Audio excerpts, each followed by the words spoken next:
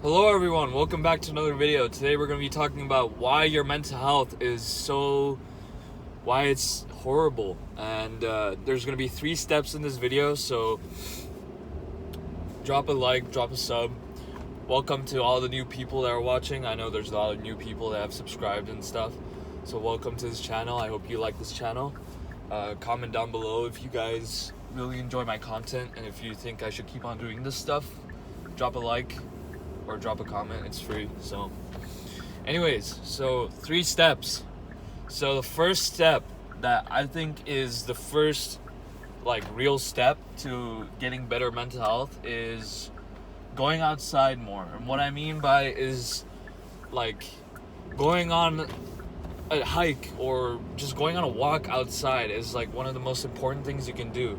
And a lot of people neglect this because they don't really think that just going outside and seeing nature is gonna make any fucking difference about their mental health or anything. But it's literally scientifically proven that if you go outside and you look at the sun, or you just take in the sun through your skin, you automatically feel happier just because you have more sun in the day, and it's making you get more vitamin D, and it's just really good for you. So if you go outside, just go on a walk and really soak in the sun in the morning, and even just sitting outside and just soaking in the sun is fine. That's also another way to really get into nature and go outside and just feel better. So that's the first step, in my opinion. I really, when I was struggling with my mental health, I saw that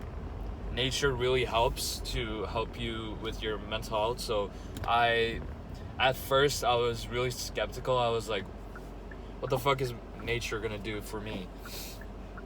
And then I actually went outside, and it was 9-day difference. Every single day I would go outside in the morning, and I just feel so much better throughout the day. So that's why my first step is to really embrace nature and take it all in. Just go outside more and go on hikes and stuff. If you guys have a forest preserve nearby, you can go on a walk like that. It could be anything like that. So that's the first step. Second step, you don't practice gratitude. And practicing gratitude is a skill set that most people don't have nowadays, and it's one of the most important skill sets for life, in my opinion, because it teaches you to be grateful for everything that you get in life. No matter what cards you're dealt, you teach yourself to be grateful for that. So when you practice gratitude, which is just telling someone that you're grateful for them or telling someone you love them, you feel better about yourself because you trick your brain into thinking, oh wow, I have so much good things in life, why do I need to be unhappy or anything? So let me just keep on being happy. Practicing gratitude will come with time, but you have to put in the work, and it's not really work as long as you enjoy what you're giving gratitude towards.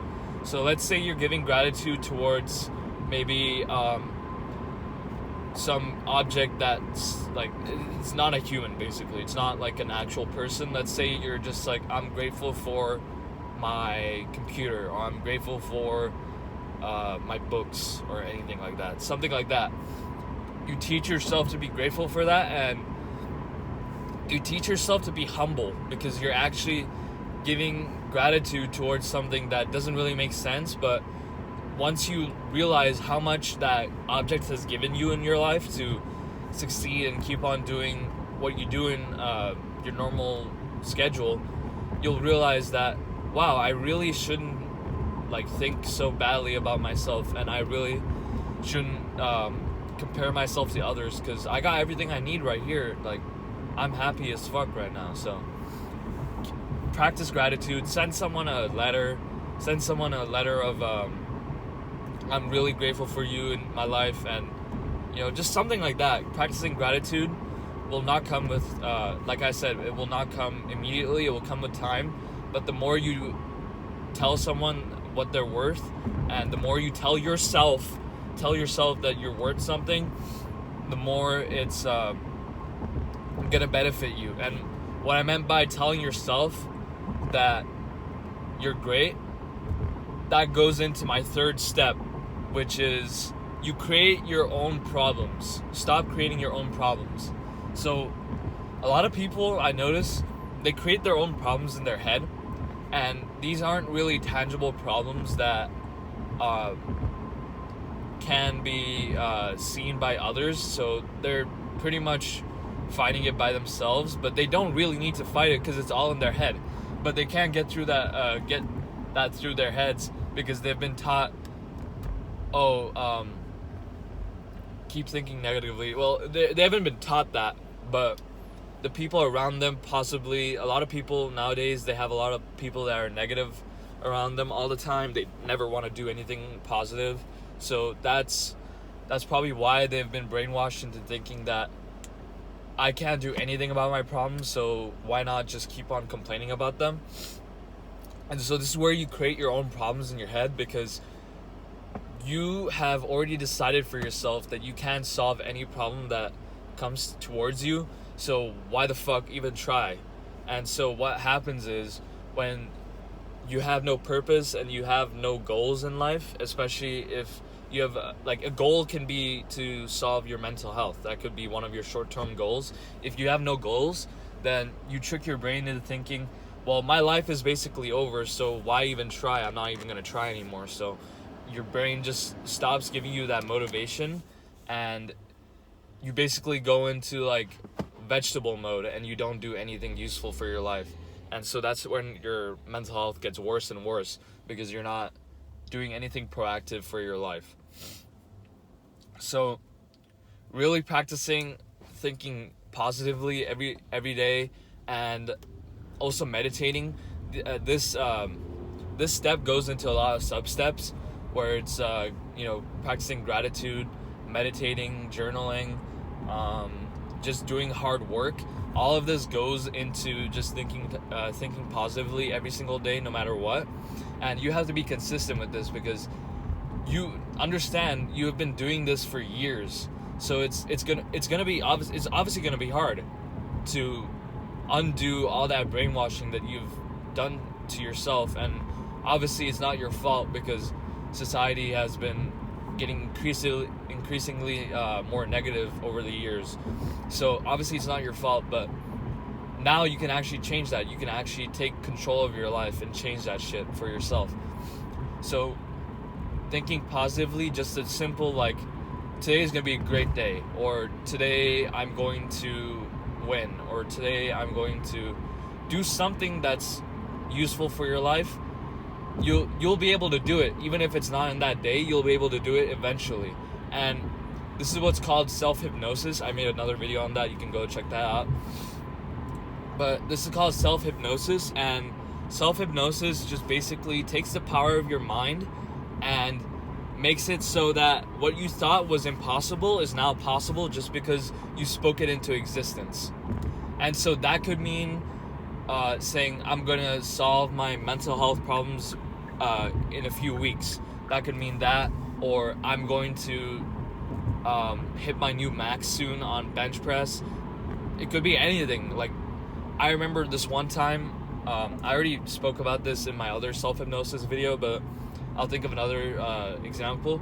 I remember I was in my wrestling team for school, and a tournament was about to come.